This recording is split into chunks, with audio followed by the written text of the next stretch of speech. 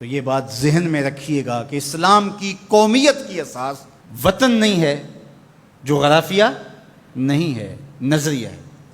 تو نظریہ اسلام ہی نظریہ پاکستان ہے۔ پاکستان کا جغرافیہ بعد میں ہے، نظریہ پہلے ہے۔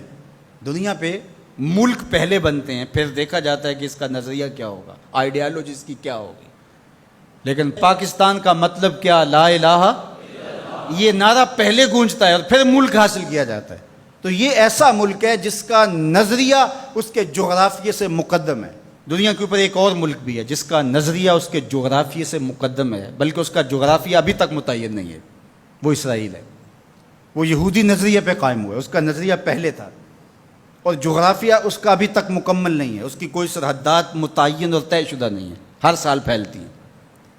چونکہ ان کا نظریہ غالب ہے اور وہ نظریہ یہود کے اوپر اس ملک کو حاصل کرتے ہیں، اس ٹکڑے کو حاصل کرتے ہیں، پھر اس کے بعد اس کا جغرافیہ پھیلنا شروع ہوتا ہے۔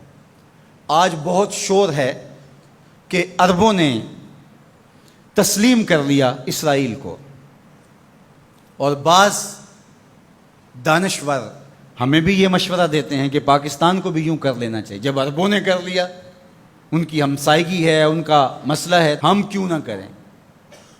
تو یہ بات ذہن میں رکھیے گا کہ یہ عرب ریاستیں جو بنی ہیں، یہ نظریے کی بنیاد پہ نہیں بنی، یہ لسانی بنیادوں پہ کھڑی ہوئی ہیں۔ جب سلطنت عثمانیہ کو توڑا گیا تو اس وقت یہ بت تراشا گیا اور عربوں کو کہا گیا کہ یہ اجمی ہیں ترک اور تمہارے اوپر حکومت کرتے ہیں اور تم عربی النسل ہو۔ وہ لارنس آف عربیہ 4000 جاسوس لے کر کے بظاہر آثار قدیمہ کی کھدائی کے لیے آیا تھا، لیکن اس کا مقصد تو کچھ اور تھا، اور کس طرح ان کے اندر عصبیت ابھاری، یہ مکر تھا تاکہ مسلمانوں کو ٹکڑیوں میں بانٹ دیا جائے۔ اقبال نے اس کو بت کہا ہے۔ یہ بت کے تراشیدہ تہذیب نوی ہے، نئی تہذیب کا تراشا ہوا یہ بت ہے۔ یہ بت کے تراشیدہ تہذیب نوی ہے، غارت گرے کاشانہ دین نبوی ہے۔ بازو تیرا توحید کی قوت سے قوی ہے، اسلام تیرا دیس ہے، تو مصطفی ہے۔ نہ عربی، نہ عجمی، نہ گورا، نہ کالا، تیری پہچان یہ ہے کہ تو مصطفی ہے۔ تو یہ وہ شناخت تھی جو امت کی وحدت کی ضمانت بنتی ہے۔ تو آج اگر کسی ایک ملک نے تسلیم کر لیا ہے اور کل دوسرا ملک تسلیم کر لے گا، لیکن میں آپ کو ایک بات بتاؤں اور وہ غور سے سن لو، وہ یہ کہ ساری دنیا بھی اسرائیل کو تسلیم کر لے، پاکستان تسلیم نہیں کرے۔ وہ کیوں؟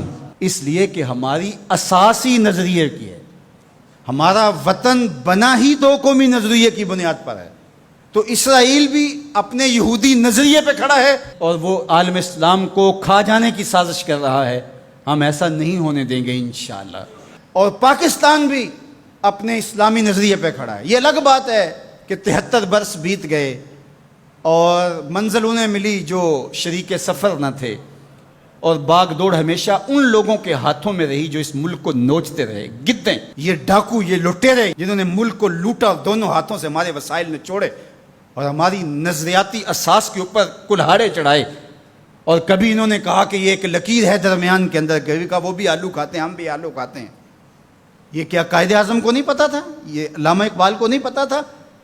جن لوگوں نے قربانیاں دیں، جن ماؤں کی چھاتیاں کاٹ دی گئیں، عزتیں بچانے کے لیے کنویں میں چھلانگیں لگائیں، یہ کتنی دردناک کہانیاں ہیں۔ ماں کی گود سے بچہ چھینا جاتا ہے اور یوں ہوا میں اچھالا جاتا ہے اور پھر کرپان سے اس کے ٹکڑے کیے جاتے ہیں اور پٹک کے زمین پہ مارا جاتا ہے اور اس کے اعضاء بکھر جاتے ہیں، لیکن ماں رونے کی بجائے کہتی ہے پاکستان کا مطلب کیا؟ لا الہ الا اللہ۔ کیا یوم حساب نہیں آنے والا جنہوں نے اس ملک کو نوچا ہے، اس ملک کے نظریات پہ کلہاڑے چلائے ہیں، مختلف جگہوں پہ بیٹھ کر کے اس ملک کو کھوکھلا کرنے کی کوشش کی ہے؟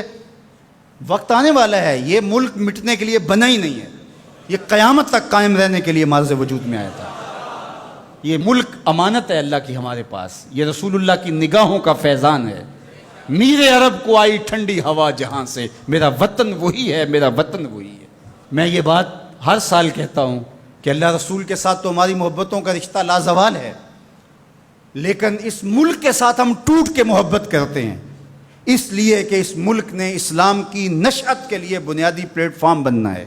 پاکستان سرخرو اور بامراد ہوگا، اللہ ایسے رجال یہاں سے پیدا کرے گا۔ بس آپ اپنے حصے کا کام کریں، جو آپ کی ذمہ داری ہے اس کو نبھائیں۔ جمعۃ المبارک میں حدیث پاک میں ہے کہ ایک ایسی گھڑی ہوتی ہے جس میں ہر دعا قبول ہوتی ہے۔ تو میں آپ کی آمین کے ساتھ آج کی ان مبارک گھڑیوں میں یہ دعا کرتا ہوں، اللہ میرے وطن کی خیر فرما، میرے ملک کو امن کے اجالے عطا کر، میرے ملک کو اپنی رحمات کا سایہ عطا کر دے، میرے ملک کو معیشت کا جمال عطا کر دے، ملک کی نظریاتی سرحدوں کی اور جغرافیائی سرحدوں کی مالک حفاظت فرما۔ اللہ جو اس ملک کو میلی نظر سے دیکھے اس کو خاصر و برباد کر دے۔ پاک فوج کی قدم قدم پہ حفاظت فرما، پاکستانی قوم کی خیر فرما۔ ایک نعرہ بلند کر دیجئے اپنے جذبوں کے اظہار کے لیے، نعرہ تکبیر، نعرہ رسالت، اسلام، پاکستان کی محمد سے وفا، تو نے تو ہم تیرے ہیں، یہ جہاں چیز ہے کیا لوح و قلم تیرے۔